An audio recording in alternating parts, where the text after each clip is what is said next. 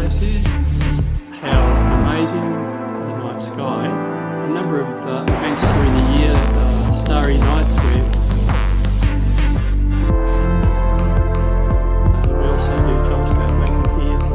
So we've got many activities that we do here. It really is a great place, and a very friendly bunch of people. Within itself, the solar system, or stars, or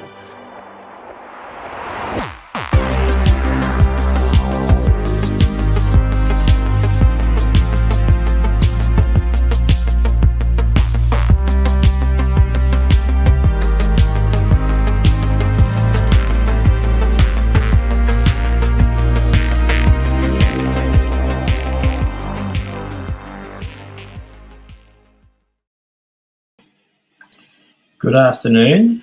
You've got me at the moment because Judith's internet or her satellite has gone down. So I will be introducing the speakers for this afternoon's panel. First of all, we have Dr. Russell Cockman.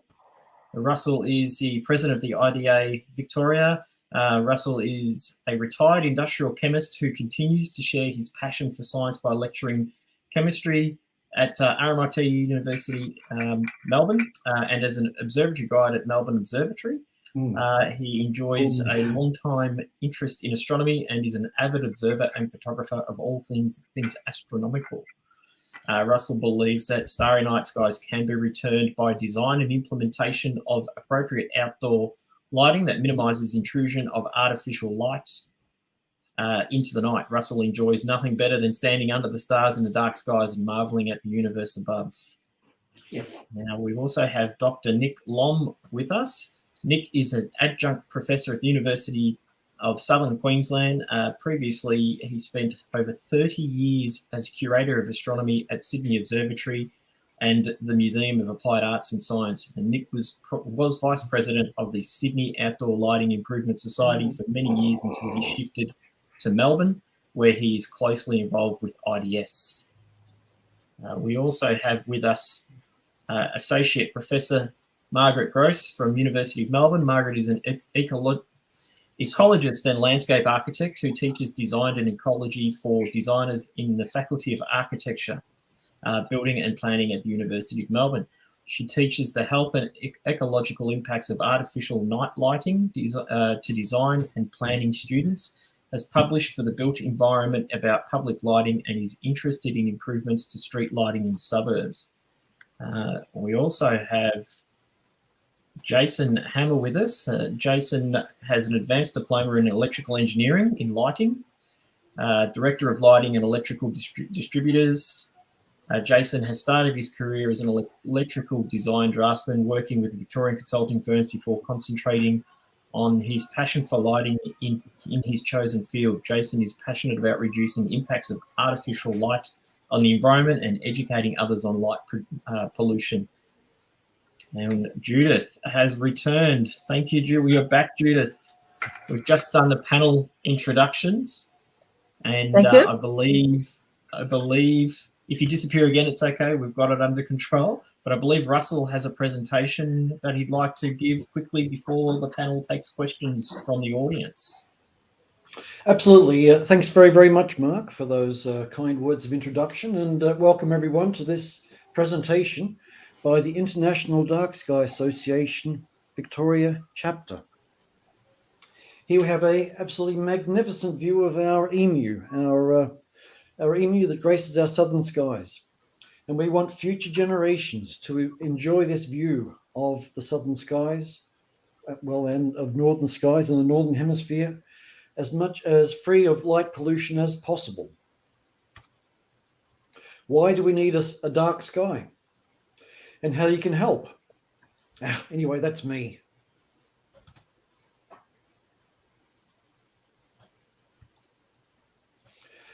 So, the night sky.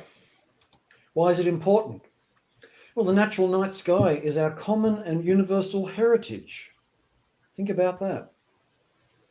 For all of human history, until relatively recently, we have experienced a night sky full of stars, an inspiring sky that inspired science, people to understand and ask questions, ask questions why.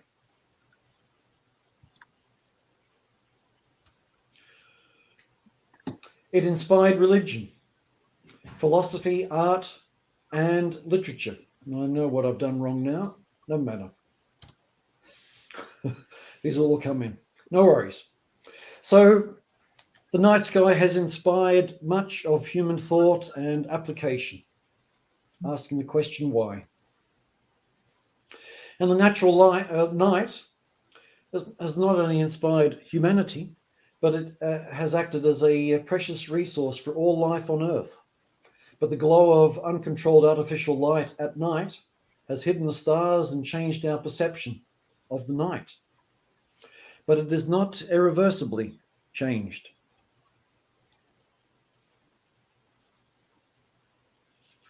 So why is the night so important? The Earth's biosphere is a product of evolution and has evolved according to a day-night cycle.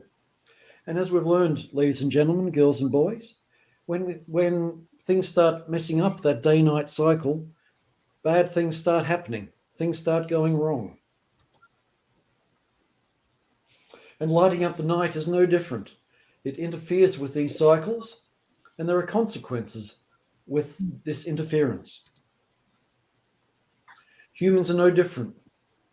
We are just creatures on this that share this planet Earth with everything else on this planet.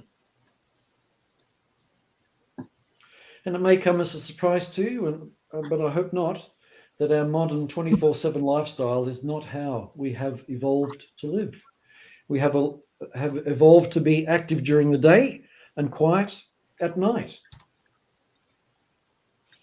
And artificial light at night, which we call light pollution, has substantially reduced the length of our night and increased the length of our day.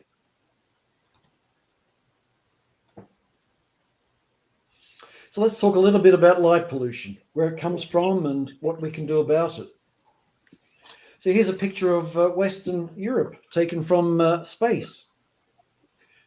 It's not difficult to see where the towns and cities are by the light pollution that has been reflected upwards. Isn't that crazy? All this light shining up into space. And truly, ladies and gentlemen, it is hard to find a location within Western Europe where the skies will be naturally dark. They will, skies just about everywhere in this picture will be more or less affected by light pollution somewhere. And another statistic is that over 80% of the population of the Earth live under skies which are more or less light polluted or affected by artificial light at night. Over 80% of the world's population is so affected. Incredible.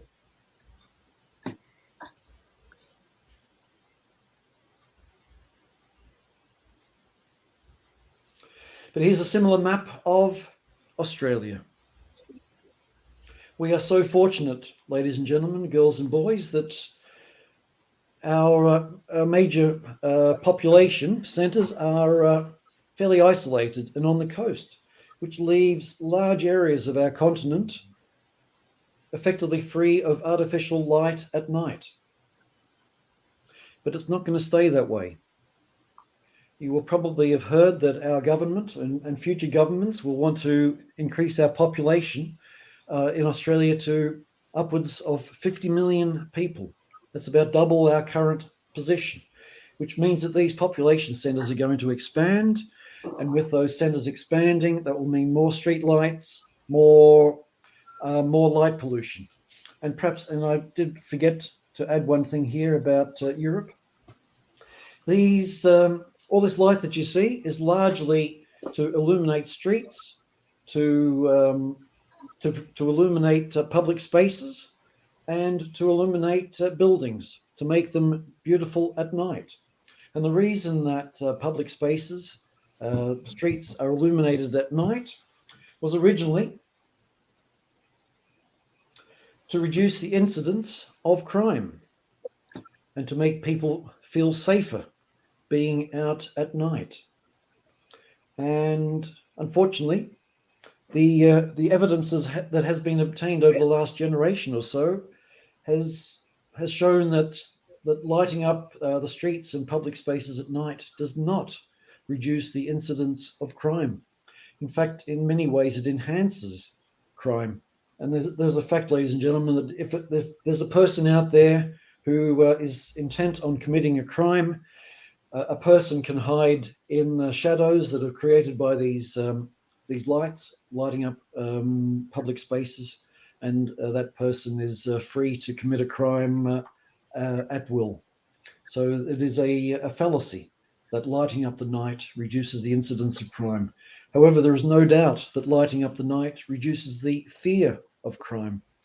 There is a biological reason why people are less fearful of being in a lit up space, but that does not reduce the occurrence of crime in those situations. There's an important distinction there. So there's Australia. So we have a natural resource that we need to preserve for our future generations, not for us, but humans are going to be around for quite a while yet. And we can all help to keep our skies as dark as possible, prevent light pollution. And here's our beloved city of Melbourne at night. Look at all those lights. Look at all those buildings, office spaces with the lights on at night. Why? Seems crazy. What a waste of electricity. What a waste of light just being used pointlessly. We need to change our ideas about how light is used at night and do it quickly. Otherwise, we're going to be in big trouble.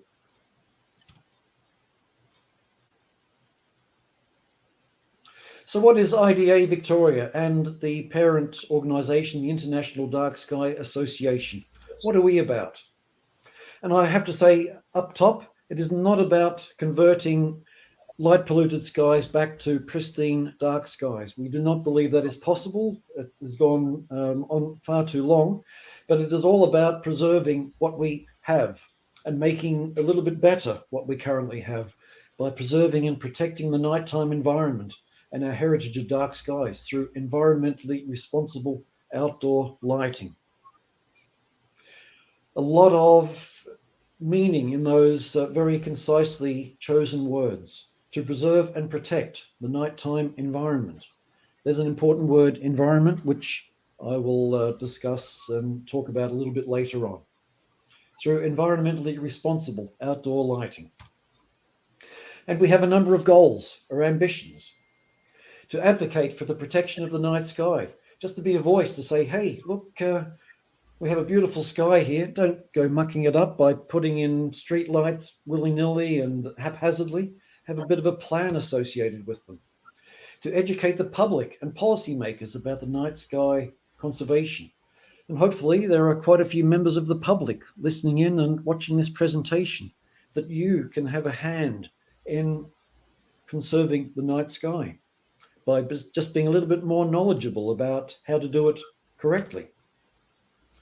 To promote environmentally responsible outdoor lighting, because there are no end of bad lighting, but there are good lighting designs out there as well, which achieve the ends of perhaps providing a little bit of safe wayfinding without lighting up the skies as a consequence. And to empower the public with tools and resources to help bring back the night.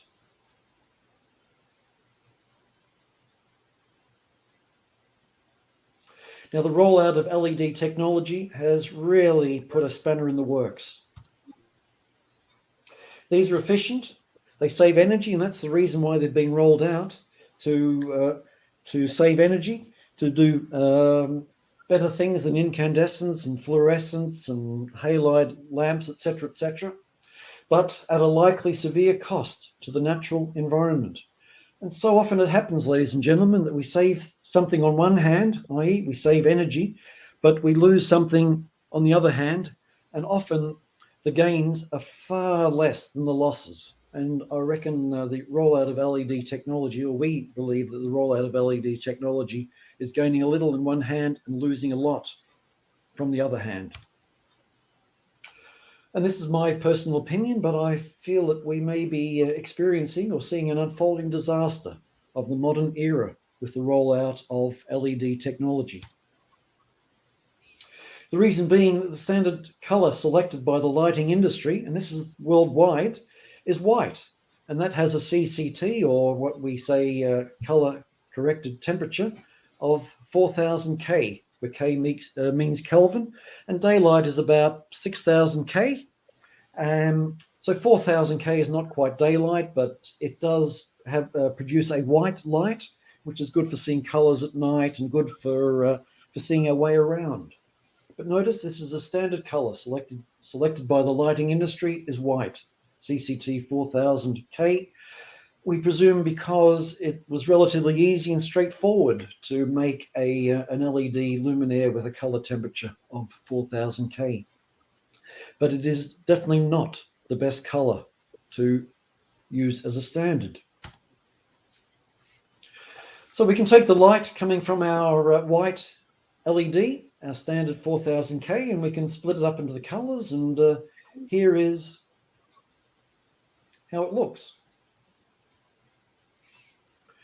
I've got a little window over my screen here. So here we have a wavelength band of 380 nanometers up to about 780, and human vision covers the band from about 380 up to about 700 nanometers. So this covers the range of human vision. And up here is a relative intensity. And you can see there's this whopping peak in the blue, and then a nice wide band of colors from the green to the red. And if you take the areas of red, green, and blue and add them together, they're roughly proportional or equal to one another. And photographers realize that if we take red light and green light and blue light in roughly the same amounts, add them together, we end up with white. And this is why CCT 4000 looks white to us. But there is a huge problem with this amount of blue light emitted by these CCT 4000 K LEDs.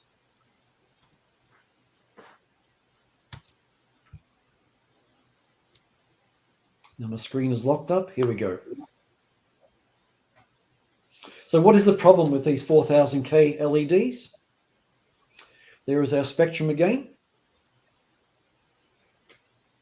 The problem is that because we have evolved to live a day-night cycle, during the daytime we are exposed to sunlight, and sunlight contains a lot of blue light. And we have evolved a little color detector in our eyes that we're not aware of that detects this blue light, and it tells us, oh, it's daytime, let's be active. So the blue content of daylight sets our body clocks to daytime. But the blue light in 4000 K LEDs at night, the blue content of that resets our body clocks to think, oh, it's daytime again. So that starts messing around with our body clocks, our circadian rhythm. And there are consequences of messing around with this, even unintentionally. There is a host of impacts: disrupted sleep patterns, enhanced rates of diseases such as cancer, depression, obesity, etc. Medical studies, and really nothing in medicine that says, well, that is exactly what causes this. It is all through collecting a wealth of data together to look for the impacts. And there's no doubt that these are modern diseases: cancer, depression, obesity. Obviously, there are other causes as well, but medical authorities are firmly of the belief that too much blue light at night leads to hormonal disruptions, which can enhance the rates of these diseases. But, okay, it affects us, humans, but it also affects the natural rhythms of the biosphere, because the biosphere has also evolved to have a day-night cycle. So if there's too much light pollution, too much blue light from these 4000 K LEDs, it's going to disrupt the natural rhythms of the biosphere with consequences. And there's much evidence becoming available. Over the last 10 years or so, there's been a crash in the population of insects. I've written a decline here, but it's a crash. Insect numbers have crashed. And we rely on insects to pollinate our plants for our food and our vegetables and our fruit. So what is the long-term consequence of this? Also has effects on migrating birds and nocturnal animals and others.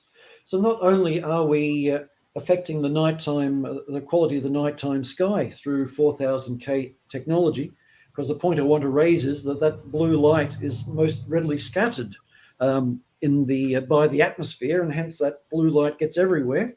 But we're affecting our natural environment as well.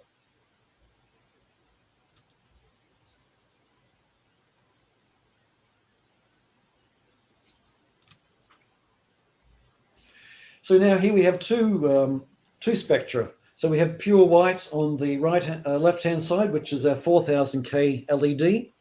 You can reduce the amount of blue light that a 4000K LED produces, and enhance the amount of the reds and the yellows, and that is now called warm white. Warm white because it is a warmer color. It's yellow or it's redder, very much like, ironically, the color of incandescent bulbs. They had a very warm light of about 2,500 to 2,800 Kelvin. And in fact, that was the perfect light for us at night. It's an irony.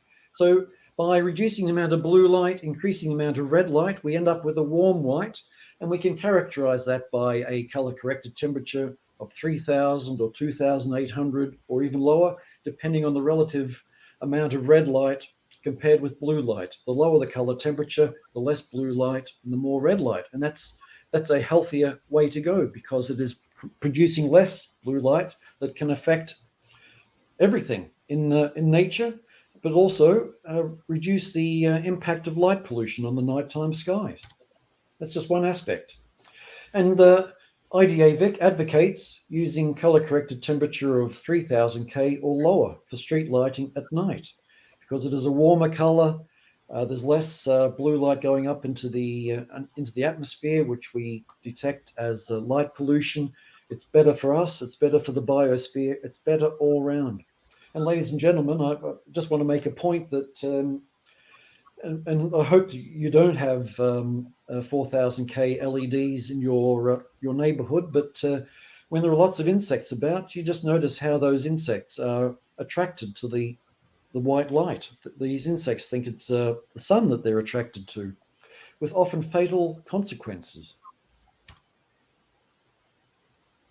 So these lower temperature LEDs have a far lower blue content, hence less effect on our circadian rhythms, less effect on the biosphere. And for everyone in domestic places, we would strongly recommend you get warm white, which is CCT of 2,800 Kelvin for domestic use. These lamps have an even lower blue content than this, so they do not disturb your circadian rhythm at night into your body thinking, oh, it's daytime, I've got to be active.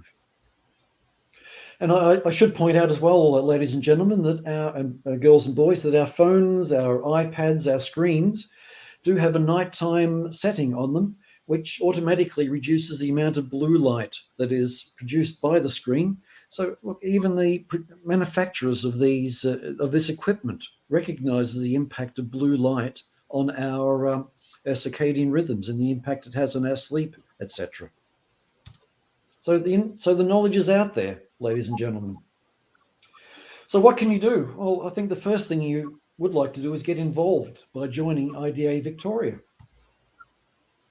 And we certainly need more people to be aware of the issues around artificial light at night, 4000K LEDs and light pollution in general, and start banging a drum to require governments to act on these things, because in fact a lot of this knowledge is enshrined in our Australian standards. The Australian standards have wiggle room in them that allows the lighting industry to install LEDs with lower color corrected temperatures, but the lighting industry in general does not or has not approved these lower color temperature LEDs for use on our streets. Why is the question? Because there's no reason. Okay, they are slightly less efficient than 4000K LEDs, but really, ladies and gentlemen, there is no reason for the lighting industry not to approve lower color temperature LEDs for our streets. They resist this need to approve these things. The night sky belongs to everyone.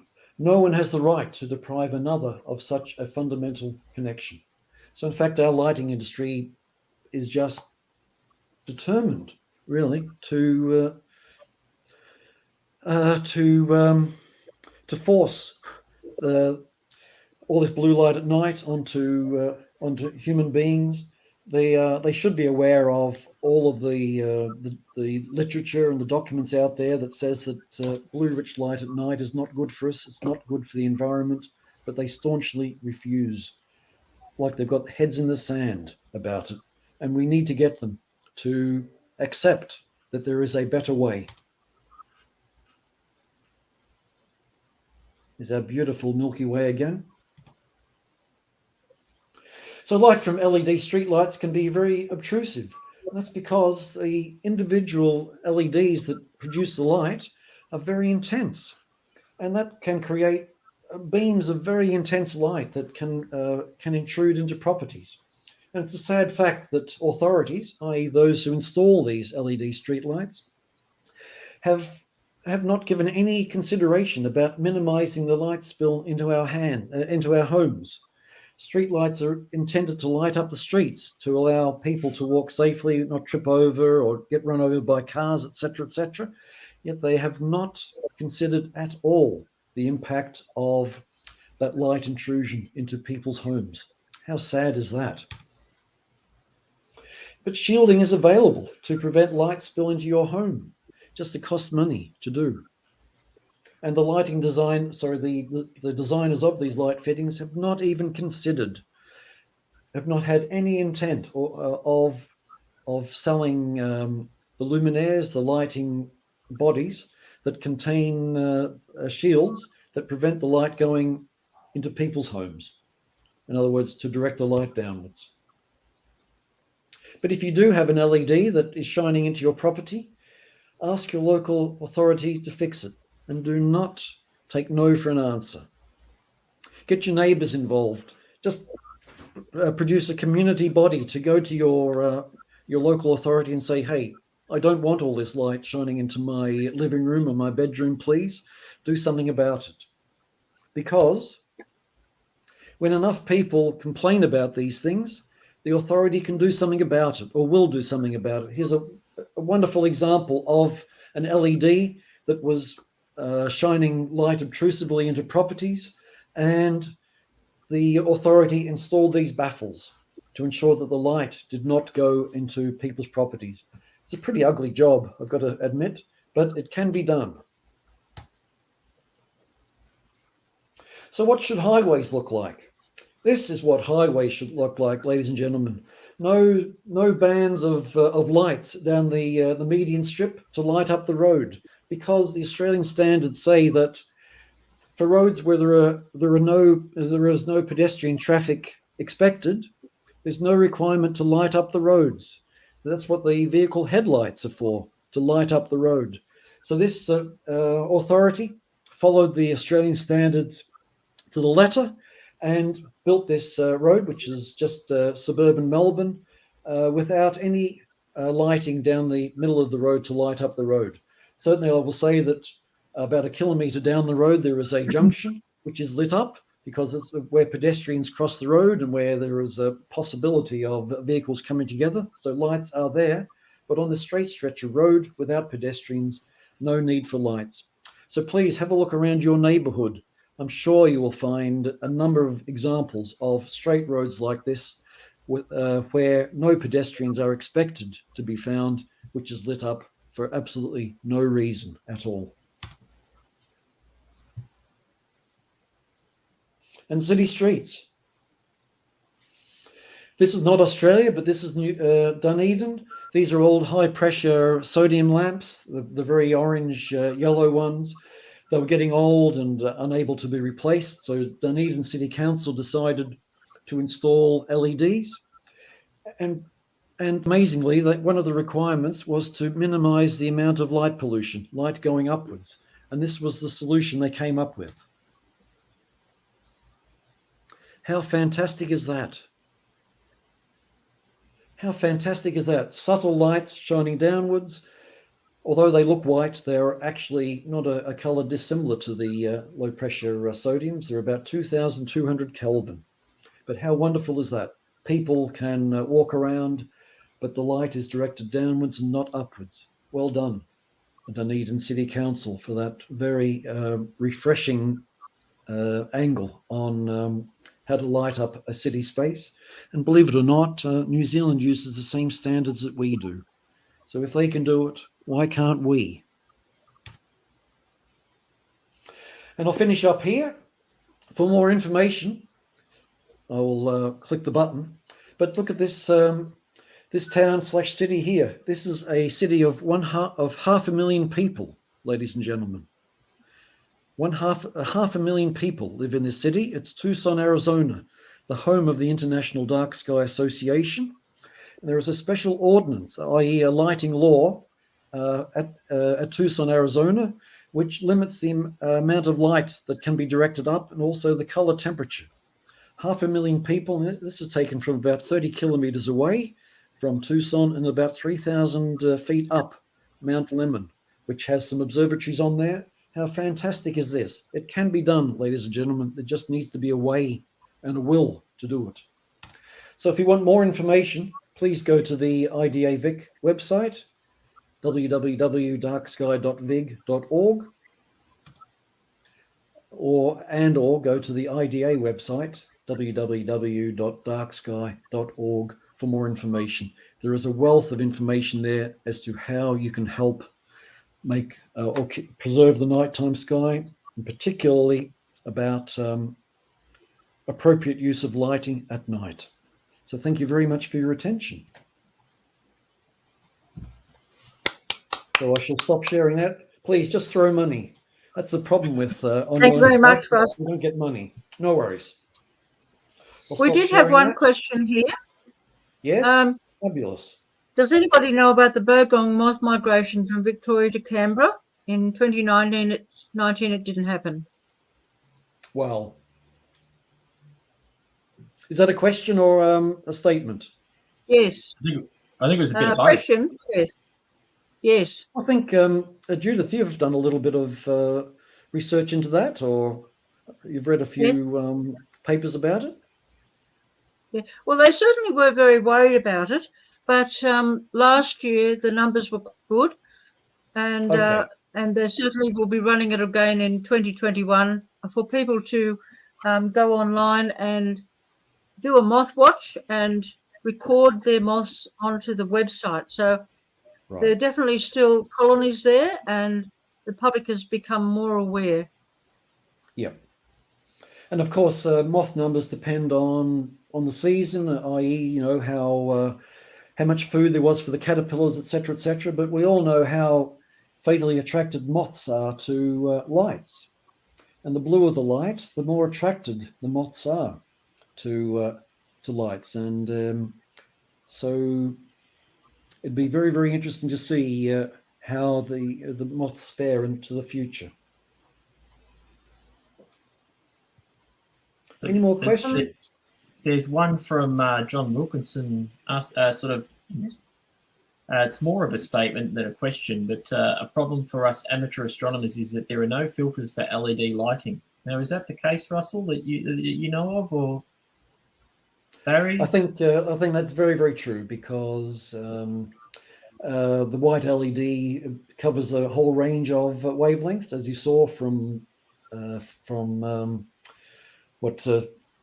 350 all the way through to 700. So if it was fluorescent lighting, which really emits in three specific wavelengths, or sodium, which emits in one specific wavelength, and it's much easier to filter out specific wavelengths than try to do a full filter. Yes, so that is true. So Judith, I actually Well, I think I actually have a question that Jason and Margaret might be able to answer for the ASV. We're putting wheelchair accessible pathways up at our dark sky site at the moment, and we need to provide some safe lighting on either side of the path that doesn't impact visual and astrophotography, but is still safe for people using the path to make sure they don't veer off the edge and injure themselves. The whole idea of the path is to make sure people don't injure themselves and those with mobility issues can get around the site. What can you guys recommend in regards to what we at the ASV can do to make sure we put the correct lighting in the correct manner? I don't know whether Jason wants to start off, but there are a number of things besides light that a bit like in Russell's. There's a noise. A bit like in Russell's talk with the more downlights and uplights, but there's also ideas coming out of certainly Britain, the United States, and the Netherlands of sort of lighting which is embedded, sort of substances which are embedded in the actual surface of the pathway, and they only get activated when someone walks or rides past, and so they come up sort of ahead of you and then they disappear back again. So it is just a transient thing, and it's very, very pale, but you can see where you're going. Oh, that's an interesting one. We might have to have a look into that as an option. Yeah, and I think Wales. Yes, sorry, Jason. Sorry, Margaret. Yeah, absolutely. And I think continuing on from that, it's important to make sure that the light is only on when it's necessary. If it's in the middle of the night and there's nobody using that space, then there's absolutely no need to have the lights on at all. So introducing control systems such as sensors and things like that into the poles or into the luminaires can certainly have a big impact on ensuring that when the light is needed, that the light is on, but when it's not, then it's just turning off. And further to that as well, it's not always necessary to be having pathway lightings up high on high poles. Low-level lighting that can provide full cutoff, so zero upward light, can play a big impact on those sorts of spaces as well. There are a number of... Sorry, Margaret, go on. My understanding, Jason, too, is that there's quite a few now that are regarded as vandal-proof. I don't know how vandal-proof, and also solar-driven. So that's something to think about. And on that point too, it's interesting being in Melbourne on lockdown and curfew for the last few weeks. A number of people have been saying, well, aren't we turning our lights off at, the curfew's from 9 o'clock at night. Why aren't we turning our lights off at 10 or something? Because we don't actually need them. So yeah. Anyway. Sorry, Jason. I think Russell's talking away there, but he hasn't unmuted himself. No, I muted you, Russell. I muted you, Russell, while you're putting the blind down. But and that's a very good point. I asked the local council that very point about turning off the lights at curfew, and they said, "Oh, it's for essential services to find their way around." So the ones driving cars with headlights. Yes, driving cars with headlights. Yes, absolutely. There's another question here, Mark, from John. Regarding council lights. How many councils, how many local councils are going to replace LED lights with low temp ones? Has anybody asked? So do we know anything about what councils have and which councils are going to be replacing lights with low temp lights? Yes, I can answer that. Virtually none at the moment, and the reason is that there's been little interest by local councils in complying with AS 4282, which is the control of obtrusive effects of outdoor lighting. And until that is changed right throughout the country, that local councils take note of that, we won't be getting very far. However, the most important step, perhaps in this case, is the first one, and I think we've just had a huge win on that, in that following a lot of effort by various people, we've just been able to convince the Melbourne City Council to make the make compliance with 4282 a mandatory part of the building code, which is an extraordinary jump. And being such a big council, a very important one, there's a good chance that the suburban councils will follow that and it will gradually spread. And in that sense, I believe we're ahead of everybody else in the country, or virtually everybody else. There was another question about filters for light pollution. When we had a majority of high-pressure sodium lamps, there was a filter that was complementary to that, and you did get some gain in looking at astronomical objects. However, there's nothing that I know of that does the same for LED lighting. And the great problem... The great problem... Sorry, Barry. You're still going? The great problem with LED lighting is that the blue light is the thing that causes the problem, because it scatters more in the atmosphere. So if you put in a filter that filters out the blue light from what you're looking at, reddish objects will be improved in their visibility. But the one thing that you'll lose is the visibility of the arms of galaxies, because they're blue rich. And that's people are interested in seeing the rings of spiral galaxies. Can I just add, Barry, about the question of streetlights and councils?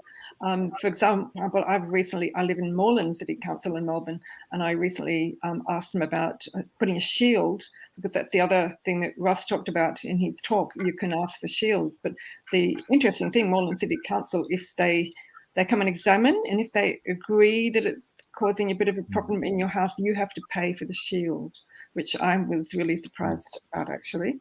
That's I think fairly common in councils. Judith, you're shaking your head. Do you know about that? People have to pay for their individual shielding. We might just address a few of the other questions, because we don't want to eat too much into Barry's time. One of the questions is, where can I find a free copy of AS4282? And unfortunately, it is not free. Australian standards have a close control over that. IDA Vic, we have a copy. There's also a question about phone apps to measure light, temperature. Well, actually, there is an app to measure the brightness of the sky, which you can use on your phone app now. And the Globe at Night project, and we've currently got an event up on the Melbourne Observatory site, and you can follow the links to that. And with the sky quality meter, you could actually measure temperatures too. So there's a number of various ways you could not only measure the temperature, but also the sky quality. Can I add to that? You can have an app on your phone, but one of the problems if you're looking at street lighting is an app on your phone picks up light from all sorts of things, from and one pole to one pole. So it's not very accurate. You get a bit of an idea. And certainly I've gone around this area of Melbourne, and interestingly, some of these 4,000 Kelvin streetlights are actually sitting about 5,200, 5,100. So they're often higher because they're meant to come down over the years to get to 4,000 Kelvin. So it's a problem. Germany's actually introduced just recently, they have an app which is more centralized for Europe, but there's one or two sites in America that are using it, and you can actually record each of your street lights, and what it will do is it'll give a better interpretation of the dark sky data that the satellites record. So that's another interesting thing that's been developed as well. Very good. I might just mention here that we have about 5 locations in Victoria who are interested in getting dark sky accreditation, and instead of having a meeting this first Wednesday of the night, we've decided to have a meeting the first Wednesday of the night just for a chat for anyone who wants to ask questions. Instead of having that this month, we're having this Sky workshop. But the first Wednesday of the night at 7 p.m, if you go to the website, there will be a link to a Zoom chat where you can ask questions, because we are starting to get a number of inquiries from business about what they can do more. And so I think this is at the coalface, you might say, because these businesses are providing lighting to the community, and if they can get it right, then it's a really good a starting, or not a starting, but it's a good way to educate the public. Absolutely. And may I just say a few words about John's question about when a council is going to replace their LEDs, with lower temperature ones. Well, the council ain't going to do that because they've already invested in their 4000K LEDs, and because they last, 10 or 15 years or 20 years, but they're not going to be replaced soon, unfortunately. However, there's one thing you can do is to go to your local council and find out what their lighting plan is for the future. So that will give you an idea of what they plan to do, and then you can lobby them to have them try to install more nighttime friendly lighting, either lower color temperatures or fittings with shields on them to keep the light down. So we shouldn't throw rocks at them. Proactive that can be done in that regard. No rock Mark, throwing, you Russell. might like to put up Mark Sansom's comment. Yes. He did it with a bottle of wine. Yes. That's fantastic. If you want your light to change, don't throw rocks. That's a good model. Give them a bottle of red wine.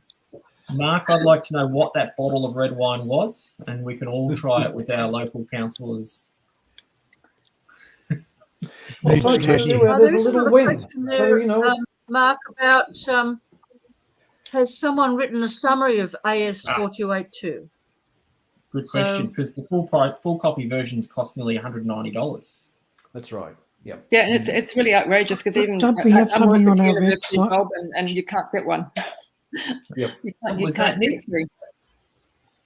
Yeah, we do have some sorry, comments Nick? on it on our website, I believe. Yes, well, there was a document which was a summary. There is a little bit of a summary there, but it's not a big summary, you might say. It's not a full summary, no.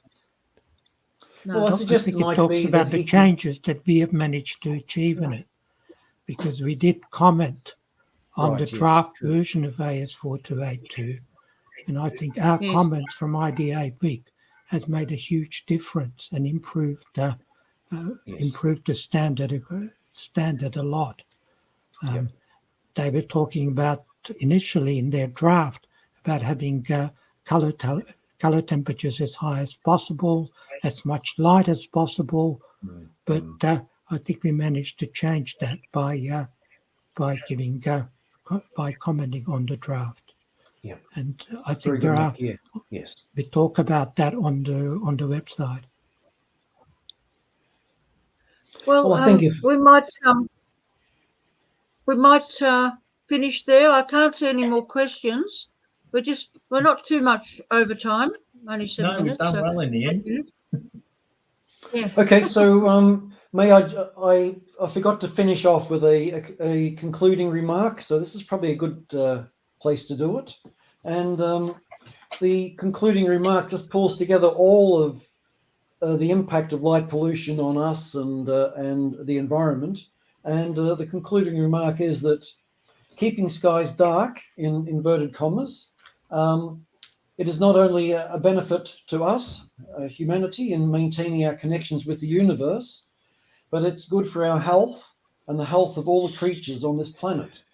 And it also will reduce energy consumption by turning off lights as required, etc., etc. So really, it is a win-win all round by being more aware of the impact of light pollution on the planet Earth. I've said well, it. thank There you we are. everyone for participating in our panel, and Our pleasure. I hope that people take advantage of the expertise on our committee. Jason's more than happy to help in the business side of things. Margaret in architecture, landscape architecture, and Nick and Russell in their various expertise. So we're more than happy to help people to deal with whatever issue they'd like to address. I think I might have to have a chat to Jason and Margaret offline about the ASV's lighting issues that we've currently got at the moment with the paths we're putting in. So I think you guys might be able to give us a bit of a hand there. So Yeah, we'll be happy to help you I'll out. send you guys an email about Absolutely. That'd be that. great. Yeah, Great. absolutely. And Judith, Mike wants to know how he can connect with IDA Vic people. Well, if you go to our website, there's links there. So it's just President IDA Vic, IDAVic.org.au, Secretary or Treasurer. So the website's www. So the website's www.ida.vic.gov.au. That's it? Yep. Yes. No, Yep. not gov. Not Oh, sorry. gov. I know. .org Right. .org.au. Sorry. Say it again, please, Mark. www.ida.vic.org.au. Not Vic. Oh, sorry. That's right. Yep. IDA Vic. It's one word, I think, in the. Yes, IDAVic.org. IDA Vic. We'll get there. I'll find it. Google dark sky. Google IDA Vic and it'll come up. That's probably the easiest way. If you'd Shall like I to bring- join a mailing list for IDA, there's a question there. You're most welcome to send an email. And regarding a forum, we will start having a chat session the first Wednesday of the month. That's Mike B. The first Wednesday of the month at 7 p.m. we'll have a Zoom chat session for people who are working away in their communities or at home for their business. Okay, well, we might close there and bring Barry into the room, I think. Thanks, everyone. See you later. Thanks for Thank joining you. in, everyone. Stay See you safe. later. Now, while we're waiting for Barry to come and join us, I will just clarify that I'm being told, Judith, that the website is actually www.darkskyvic.org. Yes, that's right. That's right. Darkskyvic.org. Darkskyvic.org. There we go. We got Yes. there. Now we just got to wait for Barry Adcock to come back and join us. He's run away for a bit.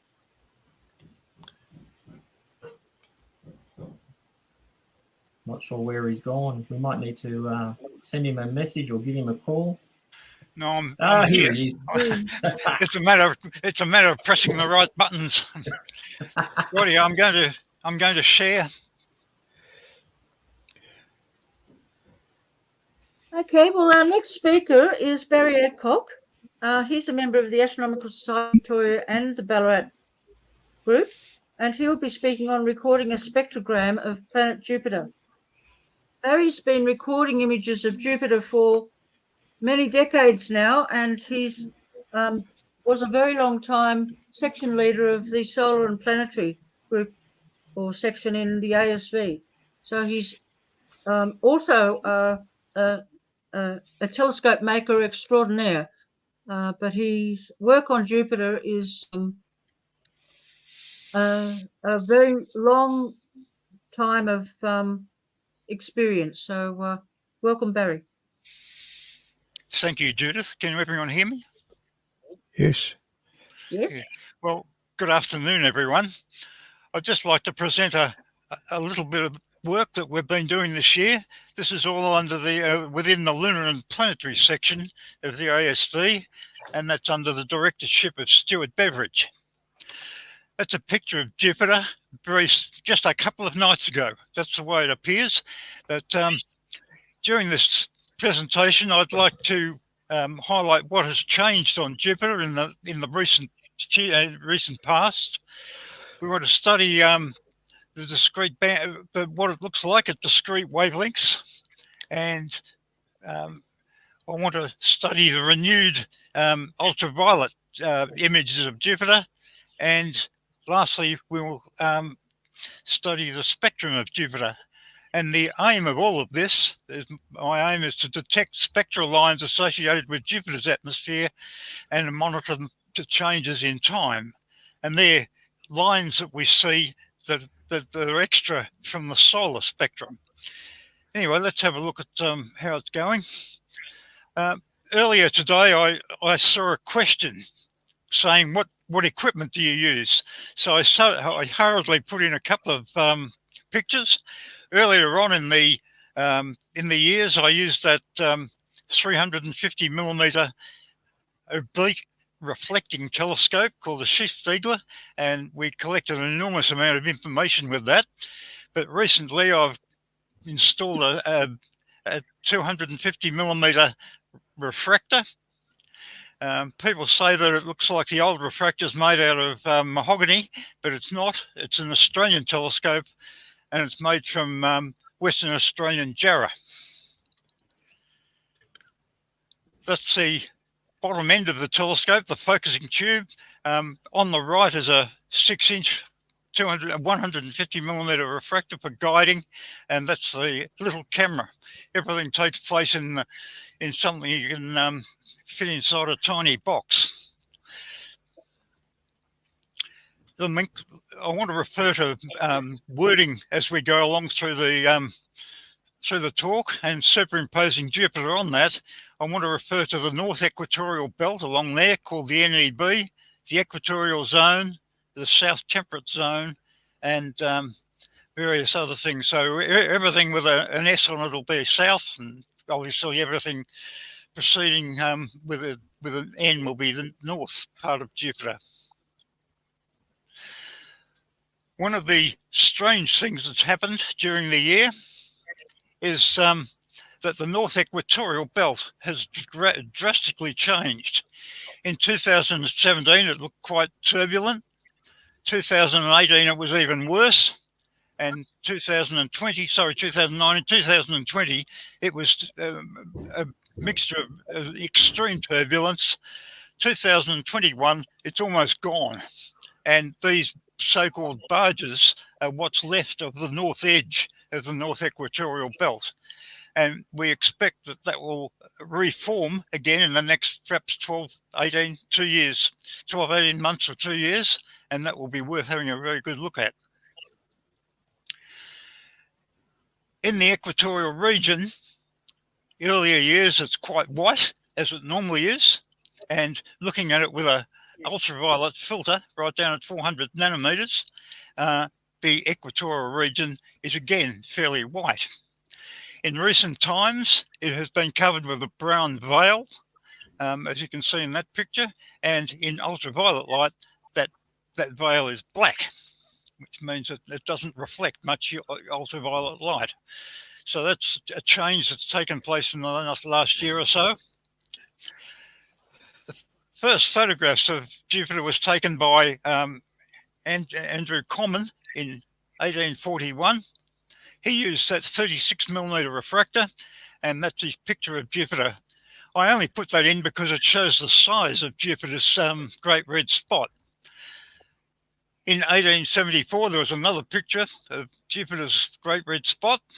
And in 1971, that's a picture I took myself using Ilford FP4 film. It was supposed to be a panchromatic film, but it is actually blue sensitive. So the red of the red spot comes out to be black. But the thing to note is the size of it. That's what it looks like now. And it's fair to say that the great red spot has never been smaller. And what we expect to happen in the future, we simply don't know.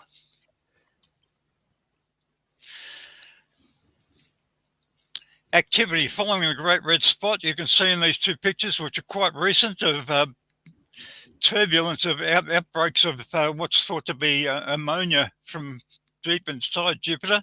And then just a week ago, it shows the turbulence that's left behind after that outbreak.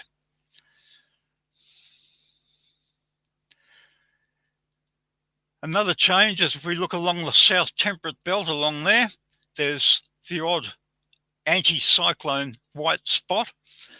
Now there's dozens of them, and again, that's a major change that's taken place just very recently. Getting back to the spectrum of Jupiter, the aim is to be able at least form images at narrow bands along the spectrum just to see what changes take place.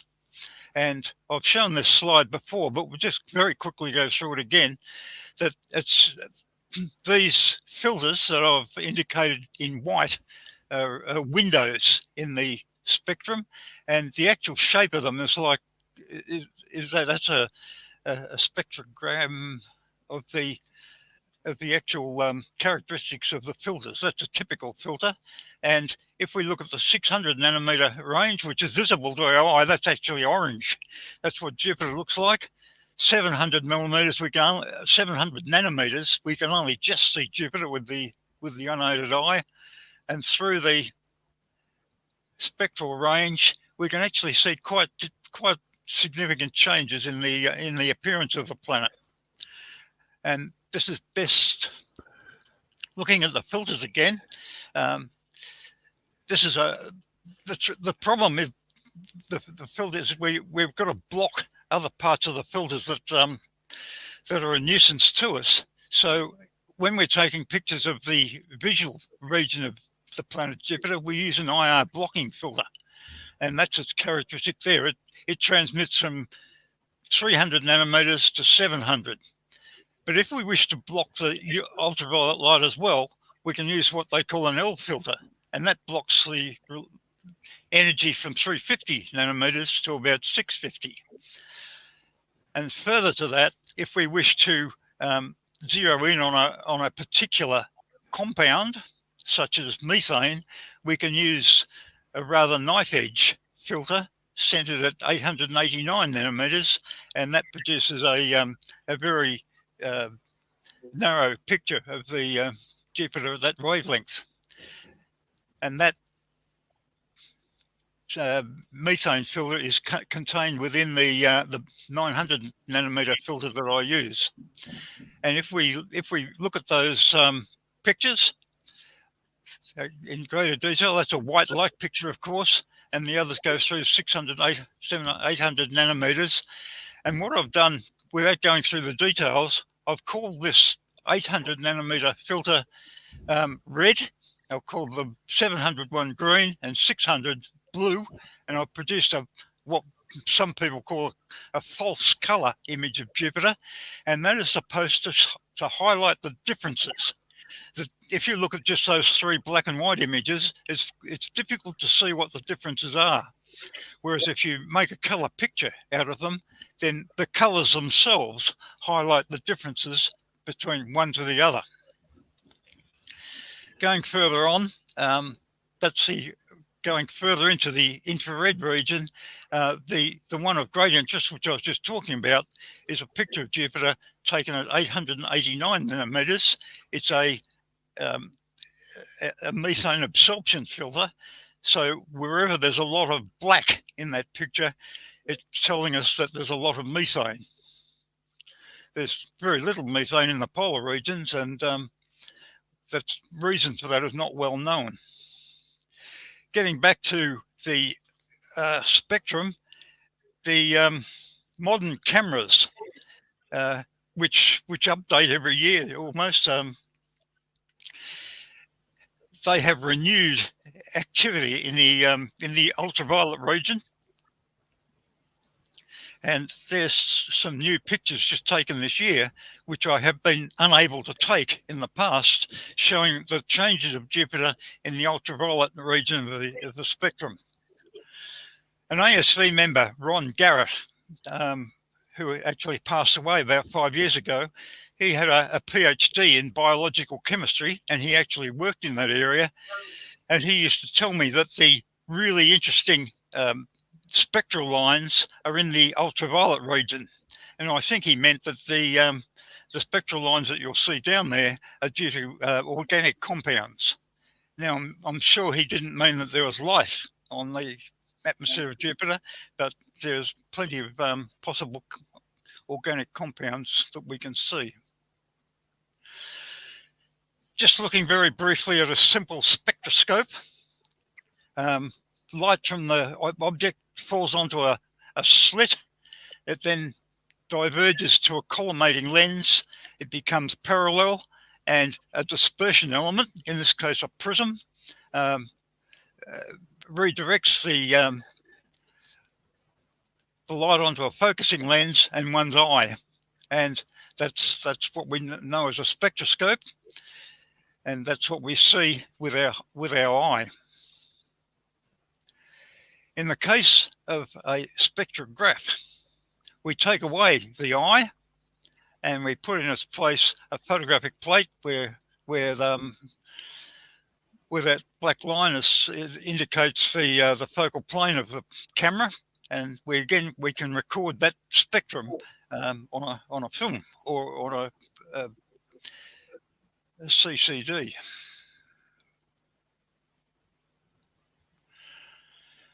Well, all of this light that we see flashing around the solar system is actually coming from the photosphere of the sun. And by the time it gets to the Earth, it's done all sorts of horrible things. It's gone through Jupiter, referring to Jupiter, it's gone through Jupiter's atmosphere, and it's also gone through our own atmosphere. And our own atmosphere introduces lines that we really don't want to see because they're not associated with the planet, with the planet Jupiter. So in the case of the Earth, I've just shown you with one of my spectrographs, those two dark lines there are the double line of sodium, and they're due to sodium basically in the solar atmosphere.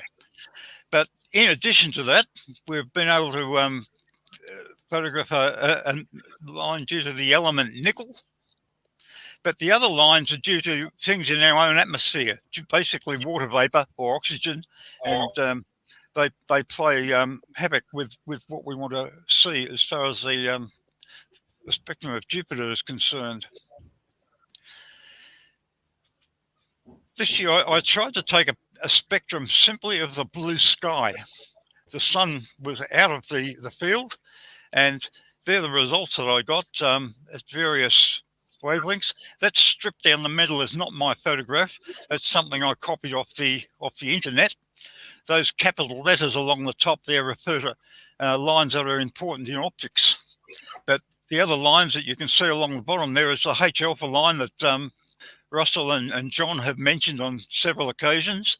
The H beta line is up in the blue-green, and there's a H gamma line which is probably outside the range. But just taking a spectrograph of a spectrogram of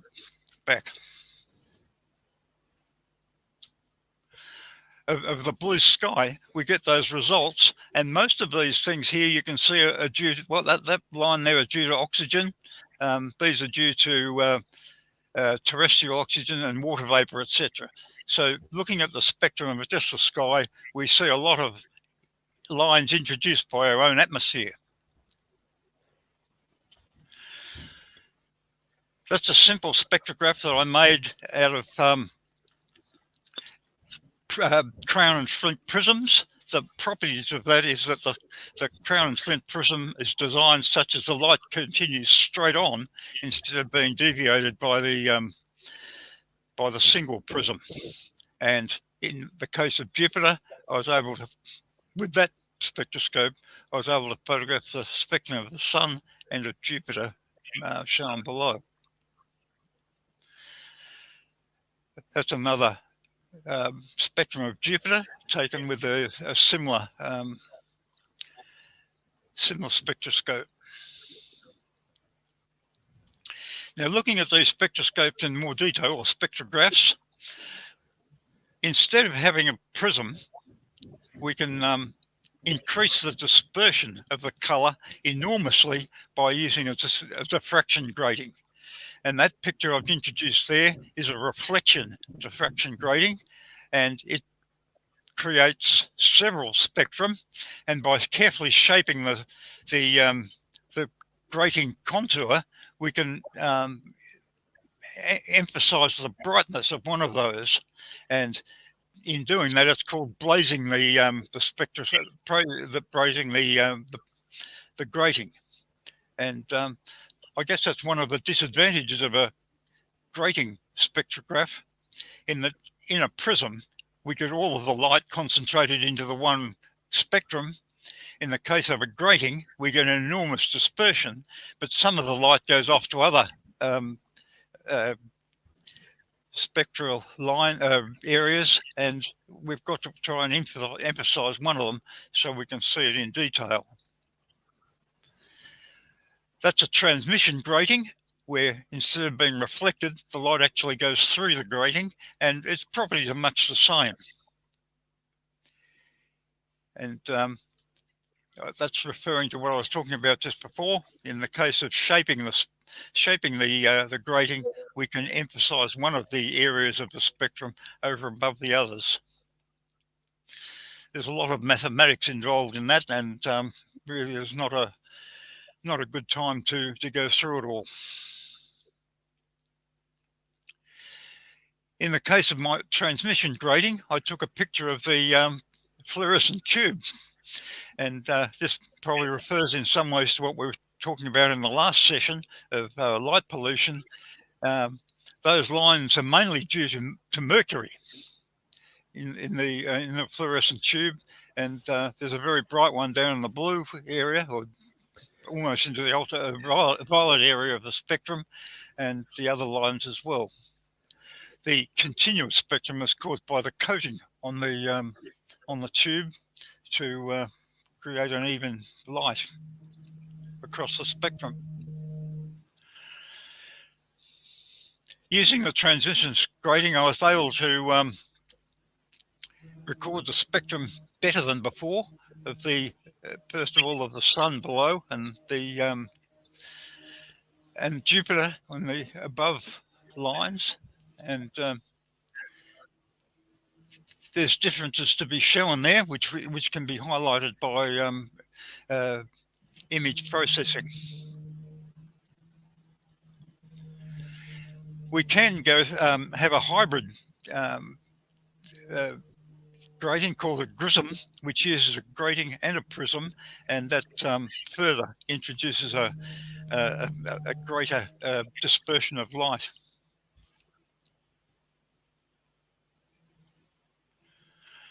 And that's my pictures of Jupiter and the Sun with using that grism.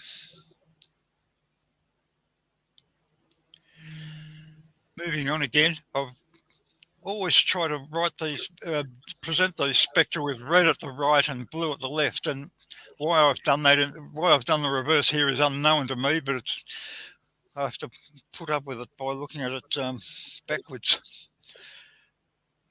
That's a transmission grating that I was just talking about of the Jupiter and the Moon and the Sun, and again the transmission to grating and the 45-degree prism. That's the grism representation. And you remember that we're now. I wish to introduce a lot of interest in this blue region. I should point out that these horizontal lines are caused by dust and particles lying on the slit. You see, the slit is probably less than 1,000th of an inch. The finer you make the slit, the more resolution one can obtain and the more sharpness of these lines. And it doesn't take much for a speck of dust to settle onto the slit and cause a horizontal line. You might think that's a rock lying on it, but it's probably not. It's that line's probably caused by just a bigger piece of dust. So it's a continuous problem to actually keep the slits clean.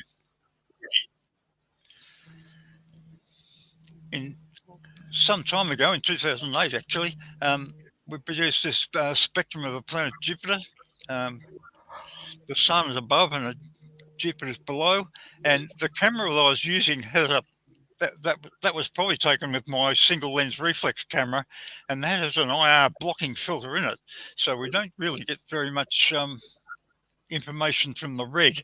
But in the blue, there's extra lines showing up in the blue section of the spectrum, and it's those that we wish to concentrate our analysis.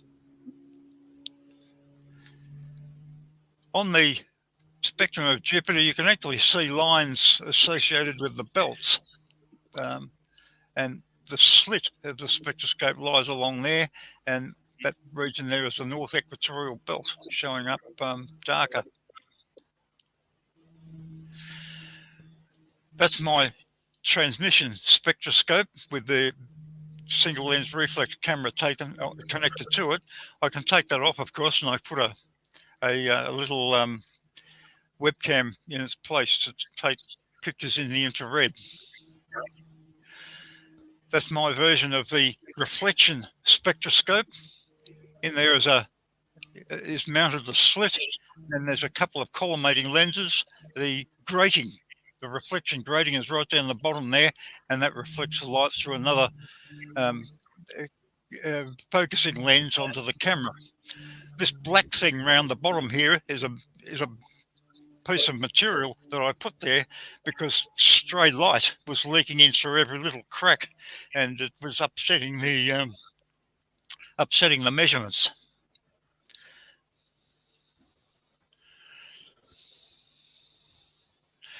That's again the slides I showed you before of the spectrum of the night sky. Comparing that to Jupiter, that's an unlabeled version, but I put that in just to show you these very thick lines here. They're all associated with light coming through our own atmosphere, either oxygen or water vapor. And further, looking into the infrared region of the spectrum, if I pull up that spectrum that I copied off the internet, you can see these lines lining up fairly well. What I wanted to point out was that the H alpha line at 6563 and this line here at 75794 is about 1,000 angstroms or 100 nanometers wide, and if we extend that to the right again, we end up off the screen, but we still haven't reached the methane line, which I would love to be able to record on the spectrum. So there's a lot of work to do and a lot of interest to follow up with all of these things, and I think we're just about back on time. So I'll ask for any questions.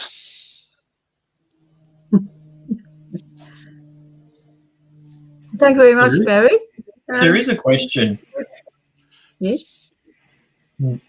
Mark Sampson wants to know, has the Great Red Spot been shrinking since Galileo's discovery, or has it only started in modern history? I think if we go back to Galileo's discovery, for a long time we could hardly see it. Galileo didn't see it. It was only really seen during the 19th century in detail, and I think in those days records of its size were poor. We used to use in those days central meridian transit timings just visually to decide when Jupiter was in the middle or so. So the early records are poor, but I think in recent times it has certainly kept shrinking. It has actually stopped shrinking. It doesn't shrink continuously, but it certainly doesn't get any bigger either. So it seems to be shrinking, but with plateaus. And we simply don't know what's going to eventuate into the future. I think one of the problems, of course, all along has been that to maintain the Great Red Spot, it requires a certain level of energy in the atmosphere of Jupiter, and we simply don't. We're not sure where that energy comes from. So if the source of energy is being depleted by something else, then the Great Red Spot may, in fact, disappear altogether, or it may turn around and become very large. I don't think there are any other questions, Judith. I think that's a... No. No. Well, thank you very much, Barry. I must say it is very interesting to see the different theories that have been put forward over a number of years about why there is a red spot. Yeah, well, there are spots that have almost become a red spot. There's a spot in the south temperate belt it's simply called spot BA. it's also, the Great Red Spot is an anticyclone, and spot BA is an anticyclone as well, and quite often it turns orange, and it's smaller, significantly smaller than the Great Red Spot, but according to the scientists, the deeper the material coming up to the surface, the redder it becomes. So the implication is that whatever the Great Red Spot is circulating, it's coming from deep inside Jupiter's atmosphere, and whereas the whiter areas are mainly thought to be ammonia crystals from a higher level. It's no shrinking violet. No, it's definitely not. We have a question. Yeah, from Brenton Rashid. Barry, I may have missed it, but what grating resolution and software are you using to capture and interrogate the spectra? I'm using at the moment the camera I'm using is a ZWO series of cameras. That's a company make them. I started off with an ASI 224, which has a very certain. I haven't got the camera in front of me, but I've recently bought the ASI 462, which has a vastly improved collection properties in the infrared, vastly improved, and I simply I processed the photographs using what's it called, Registack. Before that I used the stacking program, and then Registacks, and it just comes up as a photograph. And the spectrum, I simply do the same. I haven't used a spectroscope or spectrographic program that are available to highlight the lines, and that's something down the track. So the spectrum pictures are simply generated by the camera. So just in without any further enhancement. So in addition to that, the grading resolution of your prism. So in your sorry, Mark. You've got in your spectrograph, you've got a grating in there, or you've got a prism in there. Yeah. So what's the density of it, or what like? So for instance, Blake does spectroscopy, and he's got a Star Analyzer 100. Yeah. So I think the best one of all is the reflection grating. That has about 20,000 lines per inch, and it has a dispersion much better than the transmission grating, and very much better than the prism, very much better. So if you want to improve the dispersion of the spectrum, you should entertain the thought of having a grating. There are gratings available in the ASV. We should talk about that later, but there are transmission gratings on film that one can use, and I'm sure we can dig one up. Once we're out of lockdown, that'll be good. Yeah. The resolution of a grating just depends on the number of lines illuminated, and that number of lines is the resolution. So very handy. Yeah. So what you're saying there, Barry, is the Star Analyzer 100 has 100 lines resolution on it, or is it more than that? No, it'll have more than 100 lines. Yeah. But they're generally that sort of thing. I've got a rainbow optics thing, which I think is a variant of it or similar. And while there's only a couple of millimeters illuminated, I think they use something like a couple of thousand lines per millimeter, up to a couple of thousand, but it's more likely to be 800 or so in the case of these eyepiece spectroscopes. Hopefully that's somewhat given Brenton an idea of what he needs to do if he's going to head down that path as well. Yeah. So there you go. Star Analyze 100 has 600 in it. Yeah. So that sounds about right.